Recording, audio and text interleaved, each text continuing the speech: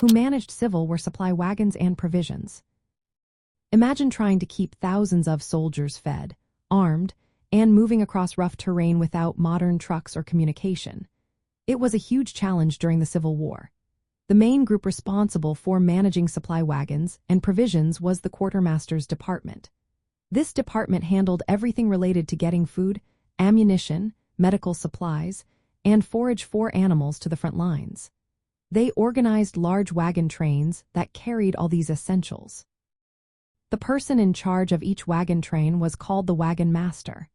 The wagon master made sure the wagons moved smoothly, stayed safe, and stayed in good condition. Behind the wagon master were teamsters or wagon drivers. Many of these drivers were soldiers who sometimes had little experience with horses or mules.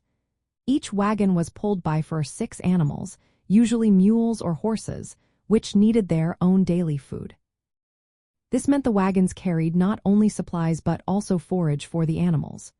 The quartermaster's department worked closely with other branches like the subsistence department, which managed food rations, and the medical department, which took care of medical supplies.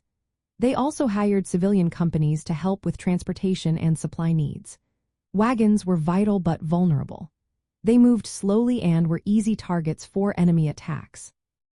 To stay safe, they had to be carefully planned so they stayed close enough to supply the troops but far enough away from danger.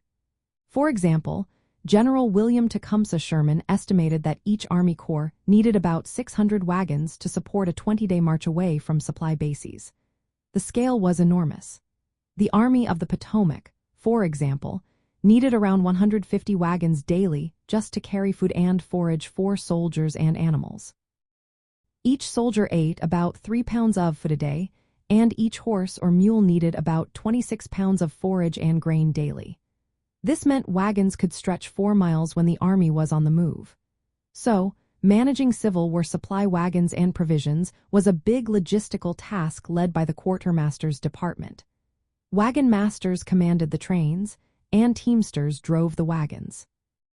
This system kept armies supplied from railroads and depots, making sure soldiers had enough food, ammunition, and supplies to keep fighting.